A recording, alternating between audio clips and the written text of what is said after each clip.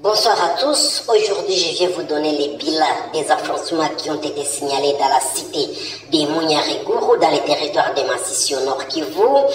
Des affrontements ayant opposé les résistants patriotes Wazalendo aux terroristes rwandais du M23.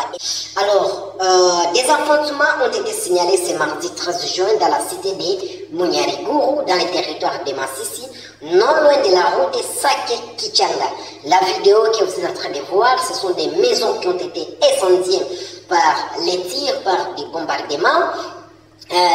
Ces affrontements ont opposé les résistants patriotes Wazalendo aux terroristes rwandais du M23 et à l'issue de ces affrontements, selon les sources locales, des éléments du M23 ont été capturés et plusieurs éléments de l'armée rwandaise M23 ont été neutralisés pendant ces affrontements.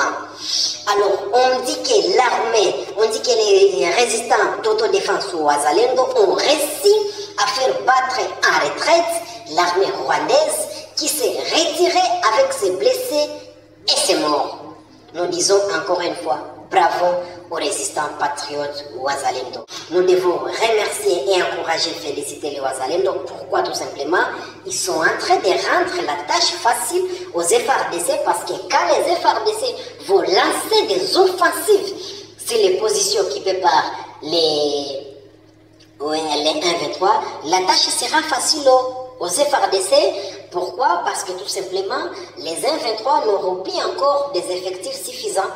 Parce que à chaque fois que les terroristes rwandais du M23 tombent dans les filets, dans les embuscades étendues par les autodéfenses, ils perdent des hommes, ils sont neutralisés par les attaques des restants patriotes Wazalendo, et là ça diminue l'effectif des M23 de l'armée rwandaise. Et la taille sera facile aux FARDC quand ils vont lancer des offensives. Et moi je crois peut-être que les FARDC n'auront plus encore des résistances farouches. Puisque les M23 ne constituera plus encore une résistance significative. Puisqu'on n'aura plus des hommes. Chaque jour, ce sont des morts qui sont signalés dans les rangs.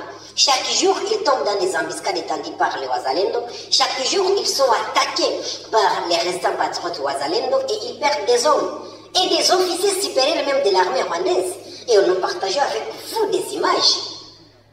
Cela diminue l'effectif de l'armée rwandaise et cela va faciliter la tâche aux FARDC qui vont très bientôt lancer des offensives contre les positions occupées par les terroristes rwandais du M23.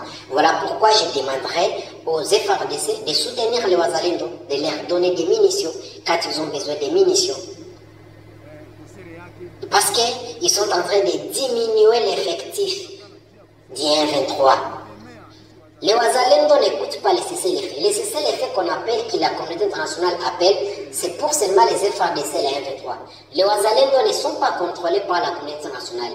Les Wazalendo, non, les commandants de Wazalendo et tous les Wazalendo là, ils n'ont ni compte en banque, dans les banques des multinationales, contrôlées par la communauté internationale. Ils n'ont ni maison dans la ville, ils n'ont ni maison à Kinshasa. Ils vivent dans la forêt, dans des cités, dans des localités, dans des villages. Et n'ont quel objectif, le but de protéger la population locale qui est victime des massacres et des viols des terroristes rwandais du M23. Et sous les impunis de la communauté internationale. Voilà pourquoi ils sont là. Ils n'ont rien à foutre des recommandations de la communauté internationale. Ils sont là pour la protection de la population locale, de leur communauté congolaise et pour la défense aussi de la patrie congolaise. Voilà donc.